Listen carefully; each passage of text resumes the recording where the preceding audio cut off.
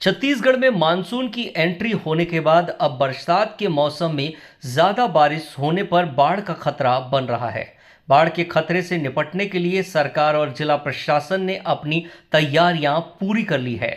धमतरी जिले में 82 गांव बाढ़ प्रभावित होते हैं। महानदी खारून पैरी, बालका और सोंढूर नदियों के तटवर्ती गांव में बाढ़ का खतरा पैदा हो जाता है। वहीं नदियों के उफान पर आते ही तटवर्ती गांव में मुनादी कराई जाती है। राहत और बचाव कार्य के लिए जिला सेनानी विभाग भी अपनी तैयारी कर ली है। दरअसल धमतरी जिला प्रशासन के मुताबिक जिले में 82 बाढ़ प्रभावित गांव हैं, जिसमें जिले के धमतरी ब्लॉक के 23, कुरुद ब्लॉक में 10, मगरलोड ब्लॉक के 22 तथा नगरी ब्लॉक के 7 गांव महानदी के बाढ़ से प्रभावित होते हैं। खारून नदी से कुरुद ब्लॉक के 14 गांव, पैरी नदी से मगरलोड ब्लॉक के 17 गांव, बालका नदी से नगरी ब्लॉक का 1 और सोंढूर नदी से नगरी ब्लॉक के 2 गांव प्रभावित हैं। धमतरी जिले में सर्वाधिक खतरा उस समय मंडराने लगता है जब गंगरेल बांध से महानदी में पानी छोड़ा जाता है। जिला प्रशासन से मिली जानकारी के अनुसार धमतरी जिले में बाढ़ आपदा से निपटने तैयारी पूरी कर ली गई है। रेस्क्यू टीम बना ली गई है। नगर सेना के प्रशिक्षित गोताखोर गंगरेल बांध व अन्य बांधों से ज्यादा मात्रा में पानी छोड़ने की स्थिति में बाढ़ प्रभावित क्षेत्रों में तैनात रहेंगे।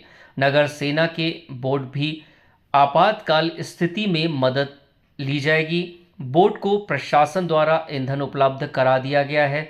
इसके अलावा कंट्रोल रूम भी खोला गया है। सभी तहसील के तहसीलदारों को भी बाढ़ आपदा से निपटने के संबंध में कलेक्टर द्वारा निर्देश दिया गया है। देखिए, बाढ़ आपदा में हमारी सरकार जो है पहले से तैयार रहती है। सारे जिलों को हमने अलॉटमेंट भेज दिया है ताकि कहीं पे भी कुछ विपरीत परिस्थितियाँ आती है तो उसके तत्काल निपटने के लिए कलेक्टर जो है अधिकृत है, वहाँ पे आवश्यक सुविधा मुहैया कराएंगे। सरकार जो है तैयार है। बाढ़ आपदा को लेकर के सभी तहसीलों से एक्शन प्लान ले लिए हैं। एक्शन प्लान के तहत हमारे यहाँ 82 गांव जो है बाढ़ से प्रभावित हैं और हमारे यहाँ मेन रूप से महानदी है, खारून नदी है, सोंढूर नदी और पैरी नदी जो बाढ़ प्रभावित इलाके जो गांव है 82 गांव इस नदी से प्रभावित होते हैं। इसके लिए स्वास्थ्य सुविधा जैसे स्वास्थ्य सुविधा के लिए हेल्थ डिपार्टमेंट के लिए एक पत्राचार हुआ है, वो हमारे पास दवाई किट्स वगैरह पहुंचा देंगे और राशन सामग्री अभी जो पहुंच भी 4 गांव जो नगरी एरिया 4 पंचायत है जो नगरी क्षेत्र का है वहां राहत सामग्री तो पहुंच चुके हैं। उसके साथ में है राहत शिविर का चिन्हांकित कर दिया गया है। राहत शिविर चिन्हांकित हो चुके हैं और नाविकों के और तैराक ये लोग का भी चिन्हांकन हो चुका है। तो इस तरह से ये सब तैयारी हो चुकी है। कहाँ कहाँ पे हम राहत शिविर स्थापित करेंगे और नगर सैनिक इसके लिए पूरा तैयारी कर रहे हैं।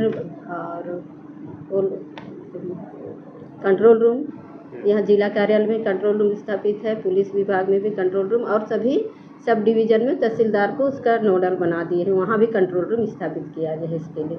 अभी विभाग की ओर से हमारे द्वारा बाढ़ बचाव टीम एक्टिव कर दिया गया है, तो उसमें 20 सदस्य हैं जो 10-10 के शिफ्ट में 2 पाली में ड्यूटी करते हैं। तो किसी भी टाइम अगर बाढ़ संबंधी कोई सूचना आती है तो वो तैयारी हालत में है। और साथ ही कलेक्ट्रेट में एक बाढ़ नियंत्रण कक्ष की स्थापना हो गई है, तो उसमें हमारे यहाँ से 3 जवान 24 घंटे वहाँ ड्यूटी में हैं।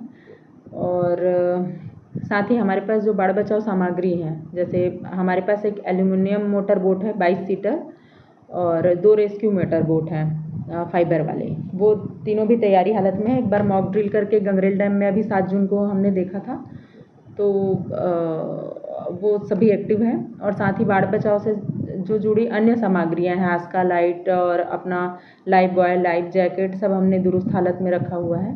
घटना होने के बाद जितना जल्दी हो सके, क्योंकि टीम तो रेडी रहती है और साथ ही हमारे पास सब सामान भी है, तो हमारे पास जो वाहन है एक 407 वाहन हमारे पास रेडी हालत में रहता है, तो तुरंत फिर वो घटना स्थल पर रवाना होती है। साथ ही एक फॉरेस्ट डिपार्टमेंट से हर साल एक ट्रक कभी बारिश के मौसम तक 4 महीने के लिए एक ट्रक अवेलेबल कराया जाता है, तो जिसमें जो बड़ा मोटर बोट है उसको लोड करके फिर हम उसको तैयारी हालत में रखते हैं। Bureau report, CCN SAARC news.